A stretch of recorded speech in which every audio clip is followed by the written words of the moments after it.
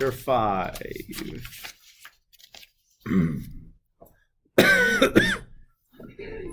Oh yeah. So chapter 5, we're actually going to start with a like a preliminary section before we jump into the trigonometry part. So I'm just going to kind of use this notes page that I have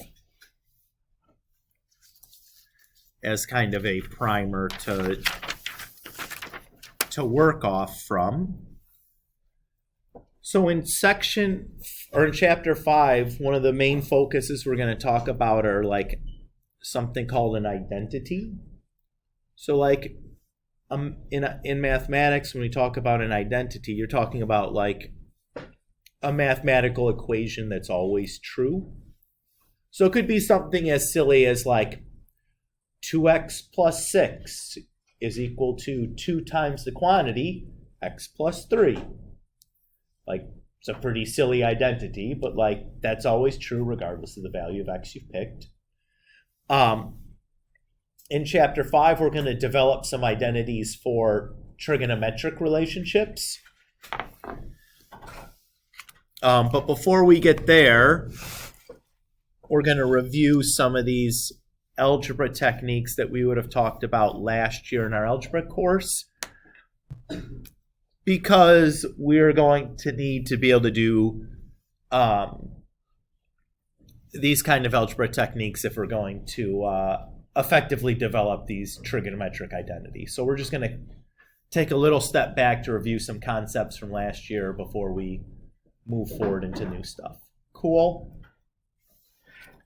Good, you didn't have a choice. So the two things that we're going to really talk about here today are going to be foiling and factoring. So when we talk about FOIL, that stands for first, outer, inner, last. It's just describing how we multiply two binomials together. So if we look at the first example, if we have y plus 2 times y plus 7, the first means we multiply y times y. When we multiply numbers, we multiply their coefficients and then we add the exponents. So I did 1 times 1, and then to get to 1y, and then in the exponent I did 1 plus 1 because I have y to the first times y to the first. 1 plus 1 is 2, right? The outer, we do y times 7. Since these are not like terms, all I have to do is kind of stick them together next to each other. The inner, again, not like terms, so we just stick them next to each other. And the last, 2 times 7 is 14. And then I combine my like terms in the middle. 7y and 2y is 9y. Remember, when we're adding variables, we just add the coefficients if they're like terms, and the exponent part stays the same. Any questions about what we did there? Foiling should feel pretty easy. It's something you've done, I don't know, 5 years in a row or something in your math classes. At this point, anyways. Why don't you take a quick second here, either in your notes or on a scrap sheet of paper, or just in your head, why don't you try to FOIL out that next one? So 3b plus 4 times 2b minus 1. We'll take a minute or two, let you kind of work on that, and then we'll write out the answer and go through it if anybody wants to. Sound okay? Sure. Okay. So again, like if you're taking notes, you can do it right there in your notes. If you're just following along, you can do it on some scrap piece of paper, in the margin of something, or in your head if you feel like it. But you should be trying to think about it a little bit, regardless, right? Participating is important.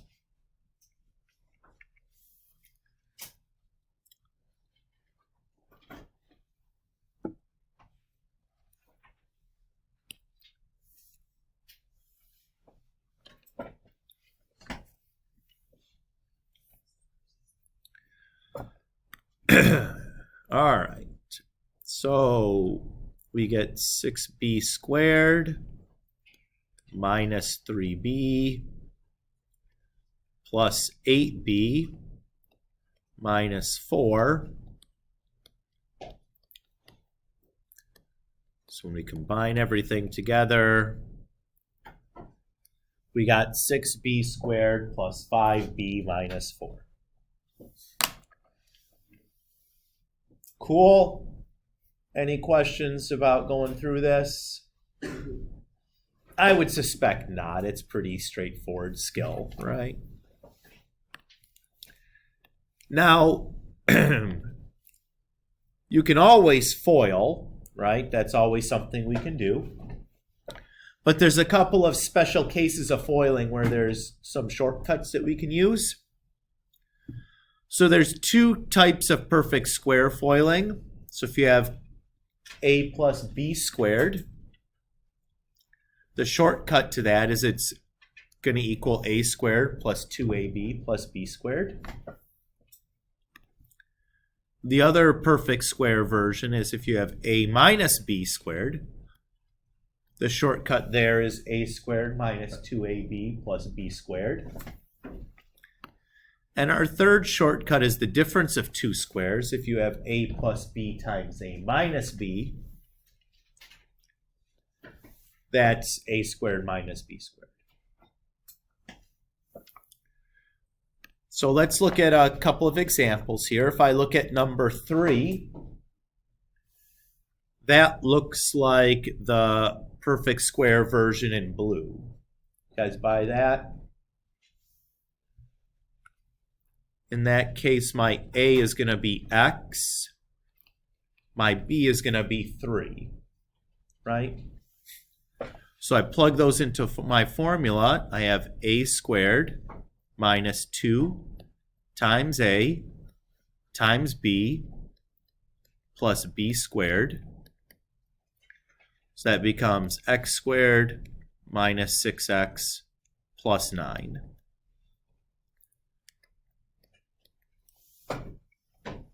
Everybody okay there? Accomplishing the same thing as a FOIL does. If I did x minus 3 times x minus 3, but it's like a little formula, so it's maybe a little bit of a shortcut because you don't have the combining like terms step. But it's, you know, not much of a shortcut. If I look at example 4, this looks like the difference of two squares pattern, right? I have a plus b times a minus b. In this case, my a is y and my b is 5. So I have a squared minus b squared, or just y squared minus 25.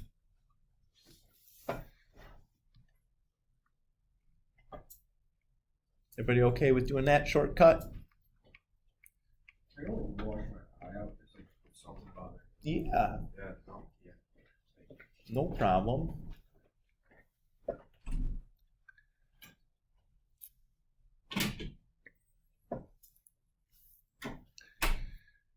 If we look at 5, this appears also to be the subtraction version of the perfect square, where my a is 2a and my b is 1. So I have a squared minus 2a times b plus b squared. So 2a squared is 2a times 2a. So that's going to be 2 times 2 is 4. A times a is a squared. And then negative 2 times 2a is negative 4a, and times 1 is just still going to be negative 4a. And then 1 squared is 1. Yes, of course. Once you guys take a moment, try to do number 6 here on your own. So again, in your notes or in a margin or just kind of in your head, think it through. jot some stuff down. I'll write down the answer in a second, and we can go through it again if anybody needs to. Joe? Could you zoom in just a tad, please?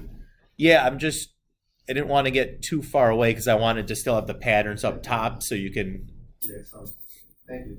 That's perfect. because you might need those to do this if you don't have, not looking at the same screen that I am or have them memorized, which, like, realistically, who's got these things memorized other than me? Jack, did you raise your hand? Oh, okay.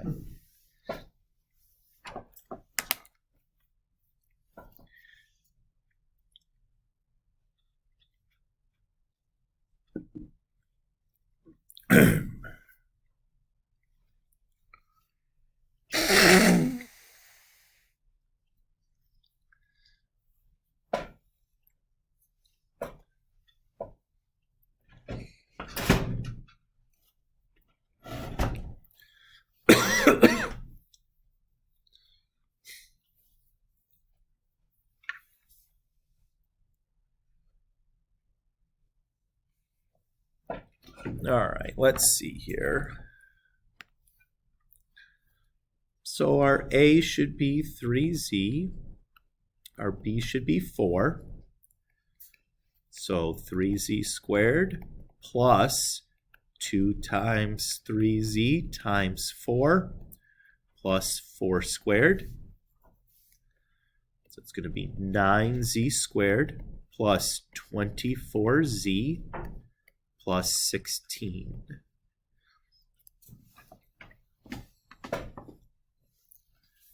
Is that what you all got? Yeah. Anybody want to talk about that more? Nah, wouldn't think so. Okay. So what we'll do now is we're going to move on to talk about factoring. Before we do that, do you guys remember the factoring diagram that we built last year? That flow chart to kind of help us through on how to factor things? Not so much. Probably not. Let's write that out again just so we're all on the same page.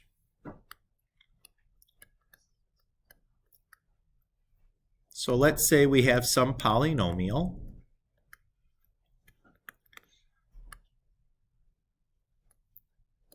The first thing is we look for a greatest common factor.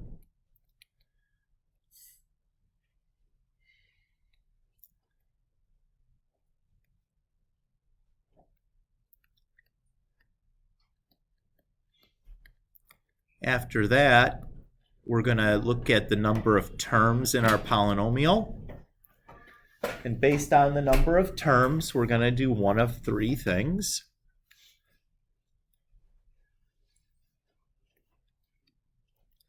So if we have 2 terms, or 3 terms, or 4 terms,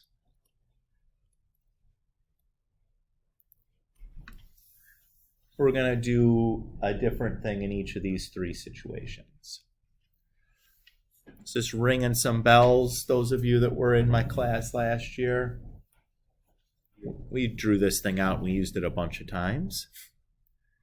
The first thing we look for in 2 terms is we check to see if it's a difference of 2 squares.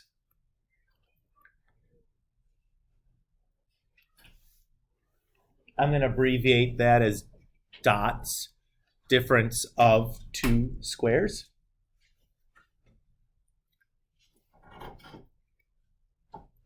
If the answer is yes, then we need to check each factor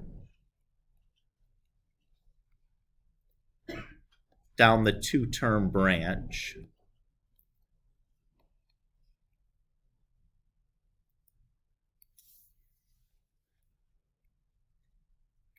If it's no, then we're going to check to see if it's a sum of 2 cubes or difference of 2 cubes.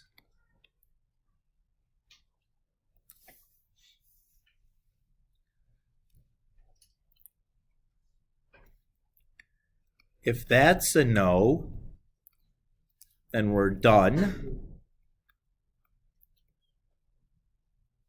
If we could factor that,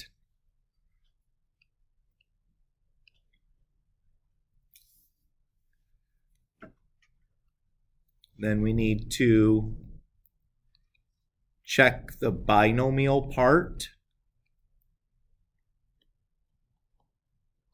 down the two-term branch.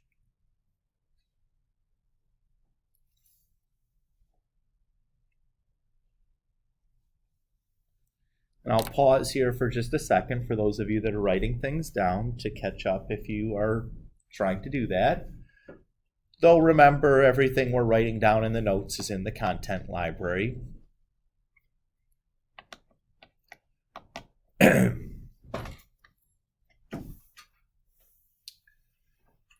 Okay, so if we go to the three-term branch now,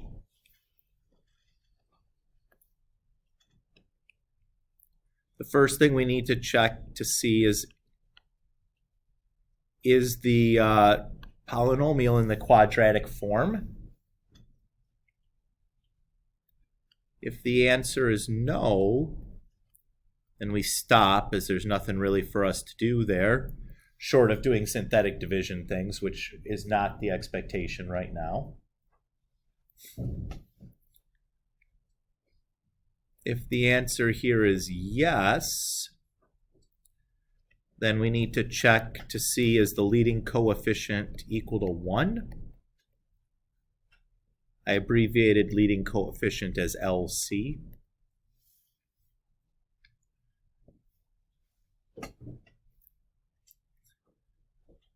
If the answer here is yes, then we can do the short factor.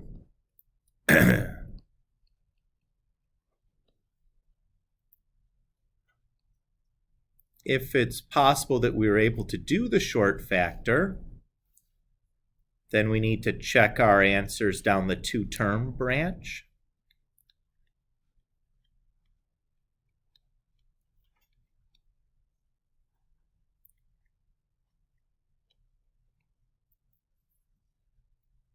If it wasn't possible to do the short factor, then we stop, as there's nothing more for us to do.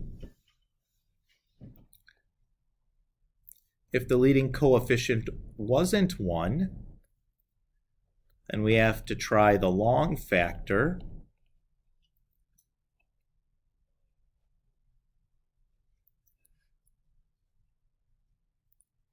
If the long factoring works, then we have to check our answers down the two-term branch.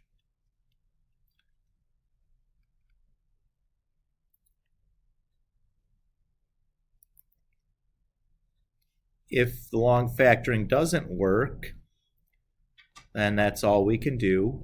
So we just have to stop.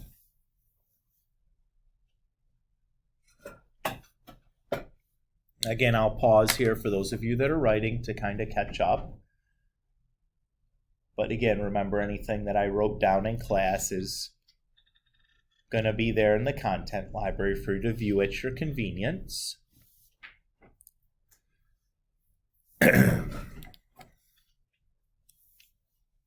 Okay. If we go to the four-term branch then, really just one thing to try here.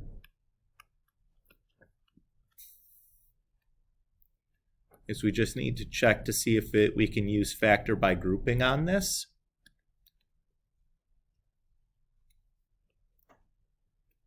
If that worked, then we need to check our answers down the two-term branch.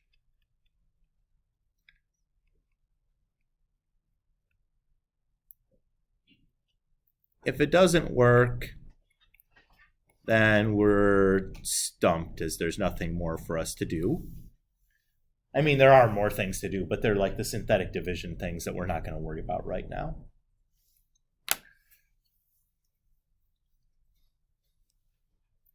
So this is the factoring flowchart that we built last year to help us kind of decide how to factor something. right? It kind of condenses all of the different factoring techniques that we developed, short of the synthetic division stuff, kind of all into one place that helps us remember what I have to try when, right?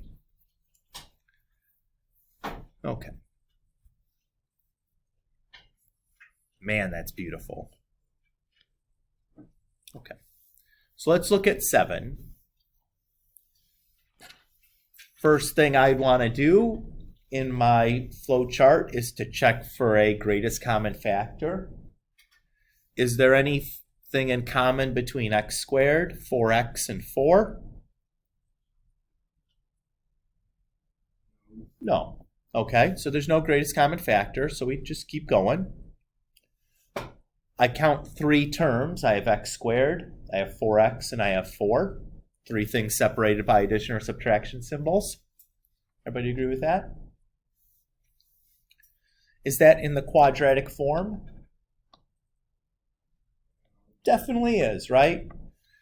So what I'm checking for is this exponent twice this exponent and the last thing a constant? Yeah. So I would like if you just do like what adds to the midterm and then multiplies to the end. Like We're getting there. okay. But there's some things that we should check for first, because maybe that works or doesn't.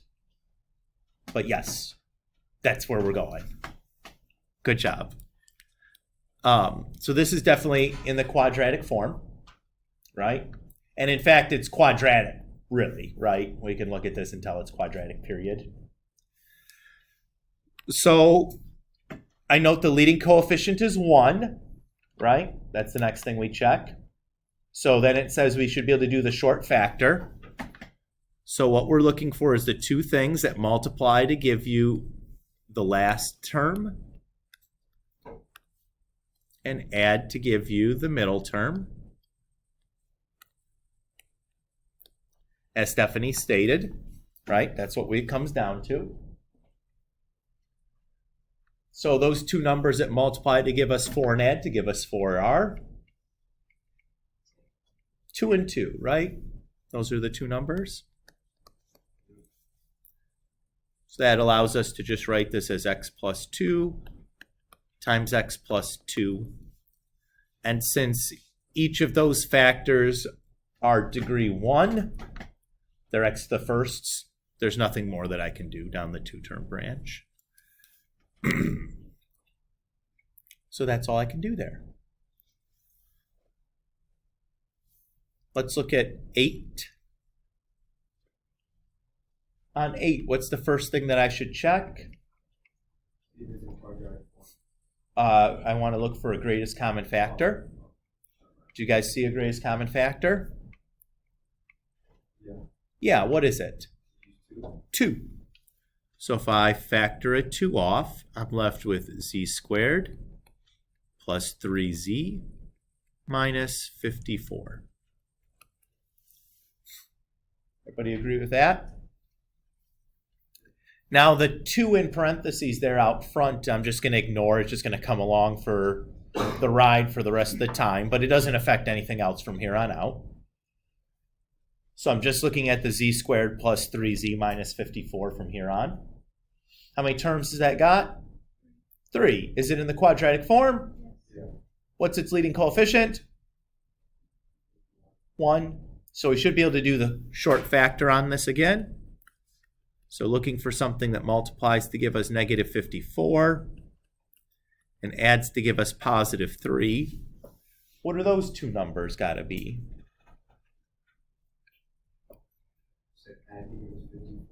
Multiply to give negative 54 and add to give us positive 3.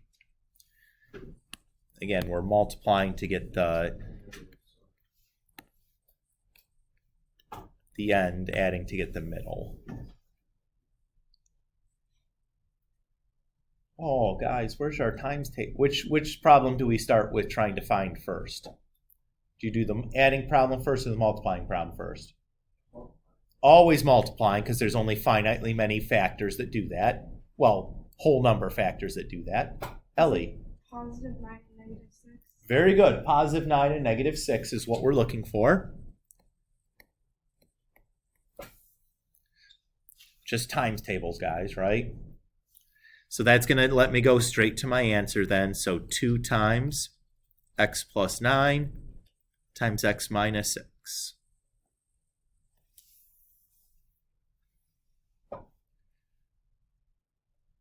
Everybody cool there? Again, the place we're most likely to make a mistake is just forgetting the 2 from the beginning. Don't forget.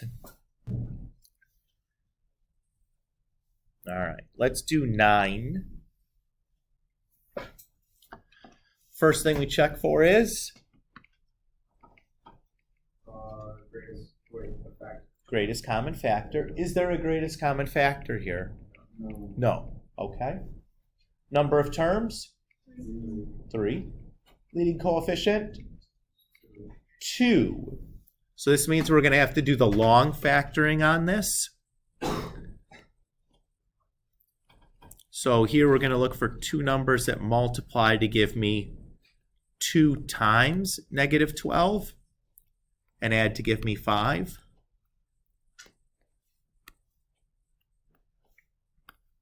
So that's negative 24 and add to give me 5. So here's a little difference already, right? We had to account for that leading coefficient not being 1 in the multiplication problem. Does anybody see the 2 numbers that multiply to give us negative 24 and then add to give us positive 5? What was that, Jack?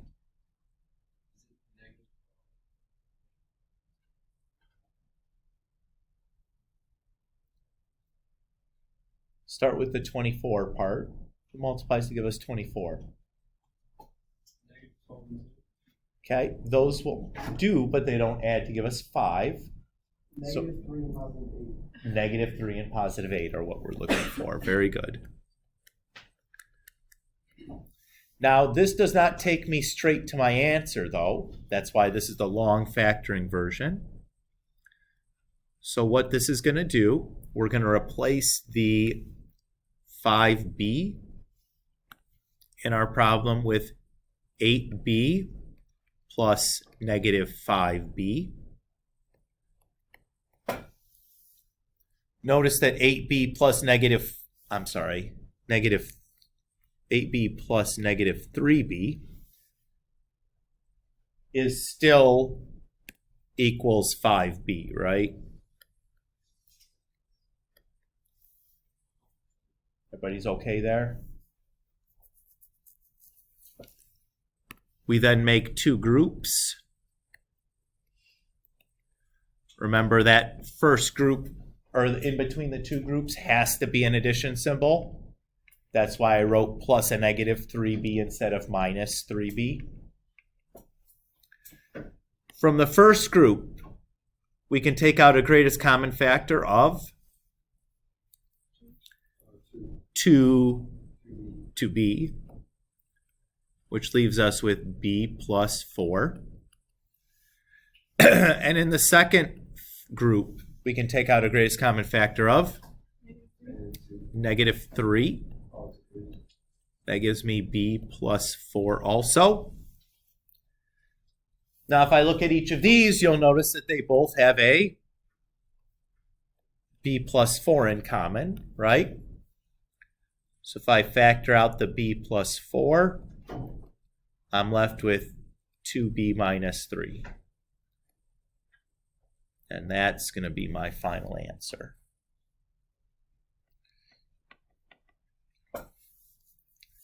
That was one where, if you didn't remember how to do that from last year, that's maybe not surprising.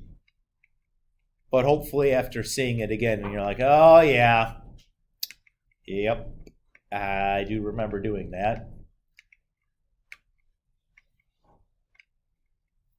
Okay. Why don't you guys try to do 10 and 11 here on your own? We'll go through those in just a moment. So try doing those on your own. You don't have to write down all the work that I did when I'm doing these. I just write down a lot because I'm showing you what I'm thinking while I'm doing it, right? Many of these are things you realistically could do in your head. So take a minute or two and then try those. We'll do 12 together because it's kind of scary looking, but really not so bad. Kenise? Of course.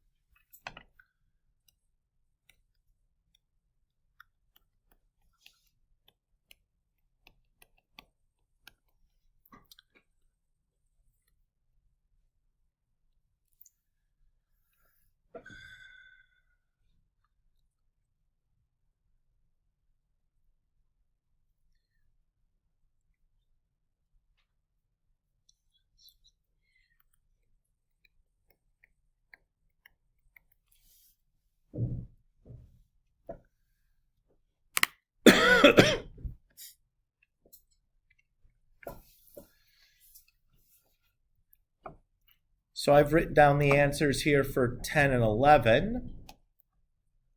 Take a moment, kind of check your stuff.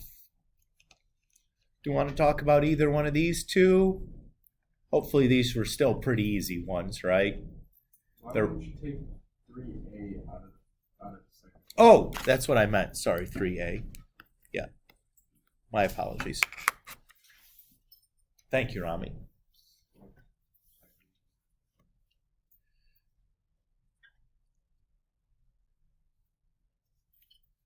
Okay. Well, let's look at 12. That looks kind of scary because it's got a cosine in it. But when I see something like this, the cosine part, it doesn't really matter. It's just like I'm treating that as part of my variable. When I see this, I see no real difference between that problem and 3y squared plus 13y plus 10. Right? If you look at the two, that all the cosine x's is just a name. It's just the name of the variable. So why don't you guys try to do 12 now that we've pointed out that it's really the same thing as like 3y squared plus 13y plus 10, right? I'll write the correct answer down here in a moment.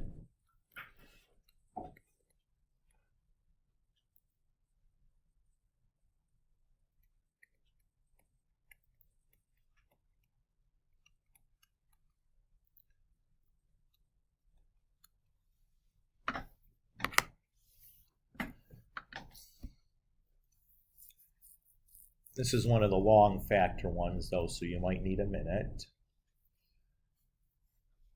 Unless you're Mr. Kulik, who does them in there his head, but the numbers are small. There's not a lot of things to guess and check it.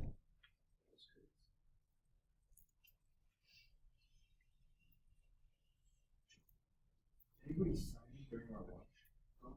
Anybody signing during our lunch? Well, I mean, do they know sign language? Like signing athletic committee. I don't know what she committed. Marshall It's getting noisy. for VB, thundering We're her. gonna be there for sure. Where's he going? He doesn't know yet. Well, he's got off from UPenn For football. football? I don't know what people do. UPenn. He visited Notre Dame this weekend, Penn. which is like his Like he's been a Notre Dame fan his whole life, so I hope he gets it. Yeah. Penn is probably the most realistic place to play football at. Well, Penn is Ivy, so there's no athletic scholarship, which is helpful in keeping, the field a little bit more competitive, so you're not trying to deal with like somebody that's an NFL first round draft pick. Rice is really hard to get into. Rice is, yeah. No, I'm not saying it's not a good school. I'm not talking about it being a bad school. I'm just saying that they play in a conference where they're Division I, they give athletic scholarships. So you're going to see potential like NFL players on a regular basis. The Ivy pretty much just plays other Ivy League schools. Which, not saying you don't get NFL players there, but they're not giving out athletic scholarships, which at least helps reduce the frequency in which you may run into a potential NFL player, which I would prefer not to play football against if I'm me, where I know I'm not making the NFL at 5'9" and 140 pounds. Probably a lot of them if you make it far enough. And you give me time to get back in shape because I am in dreadful shape right now. What was your favorite race? What was my favorite race on the track? Yes. Probably the 5K as a college, but Longer, better. Like around the track. yeah, Oh, it's 12 and a half laps. yeah, I don't think I could do that one. It's shorter than the 10K, I can do it like. which is 25 laps. You have 5 pages, 3 pages. A little bit more, 3 and an 1/8 ish. I'd rather run on a track. Is it a 100-meter sprint?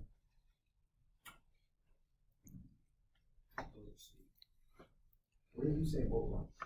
Sprints, right? Yeah, he ran the 100 and 200 at his. He has the world record for those two. No, he actually ran marathon. But he ran as a like a junior athlete. He was a 200, 400 runner. Yeah, what was new about him is because he was massive.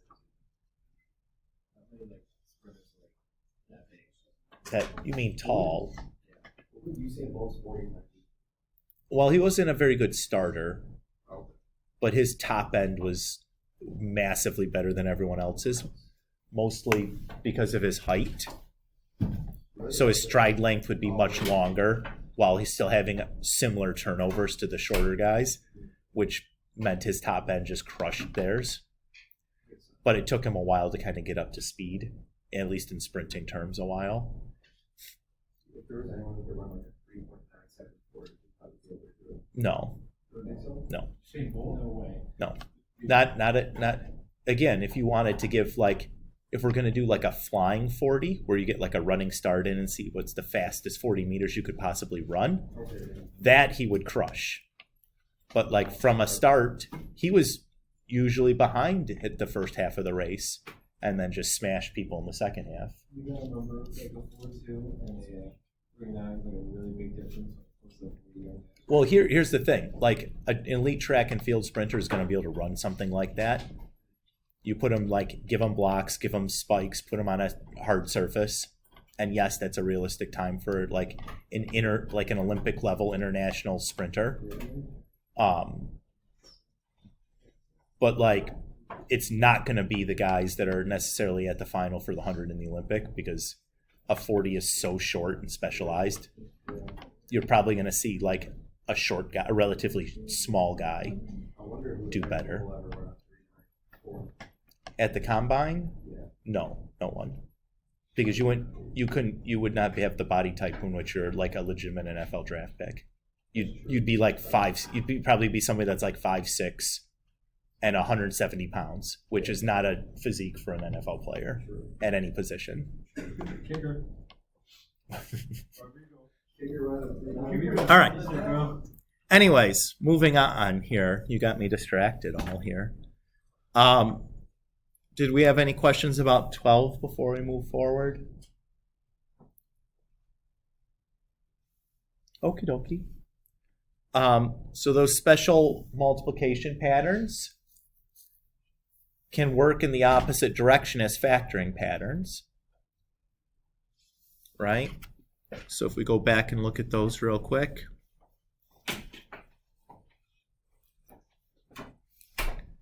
We can also think about them kind of running in this direction. Everybody's okay with that idea? To use it to factor. Now, I find the only one of these factoring patterns to be really useful is the difference of two squares, because it's really easy to identify when that's happening. But those perfect square factoring patterns you could use as well. So what we're going to be looking at there is we're going to look at the first term and the last term to figure out what our prospective values for A and B would have to be. And then we're going to check to see if 2 times A times B is equal to the middle piece.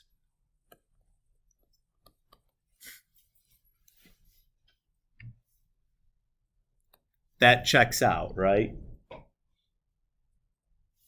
So that tells me that this is just A plus B quantity squared.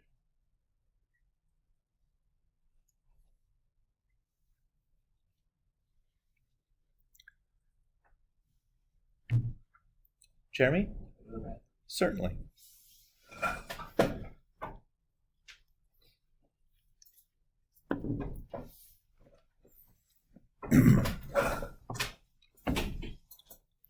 So looking at 14, this is easy to pick out what this is, right? What's 14?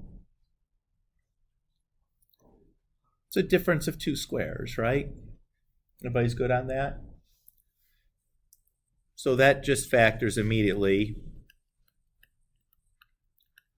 C minus 6 times Z plus 6, right? No big deal there, I hope. If I look at the last one here, again, I'm going to look at the beginning and ends. So I notice each of those are perfect squares. So maybe A could be cosine X and B could be 3. And then I'm going to want to check to see if 2 times A times B is equal to the middle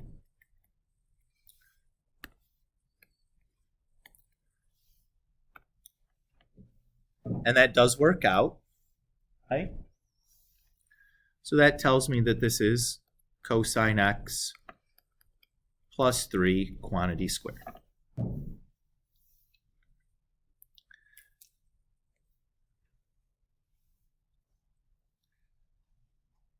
Again, could you do these just by the same factoring techniques we were using before?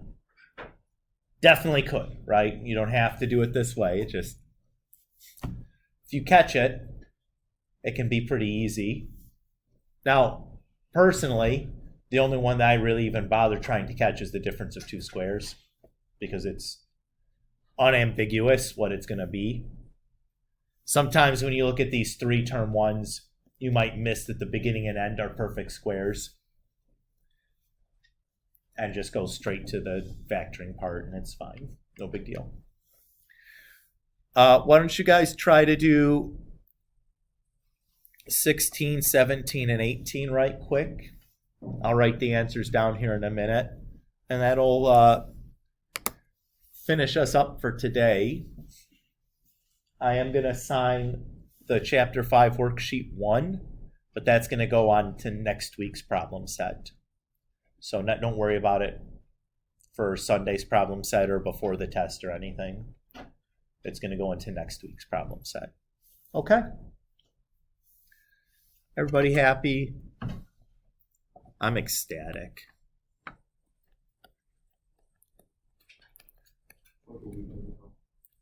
Everybody's working for the weekend, man.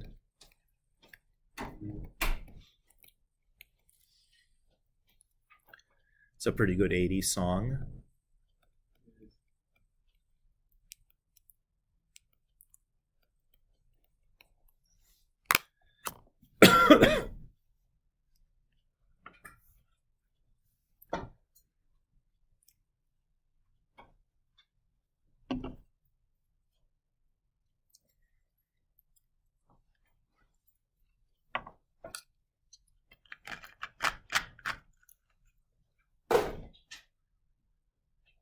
Whew.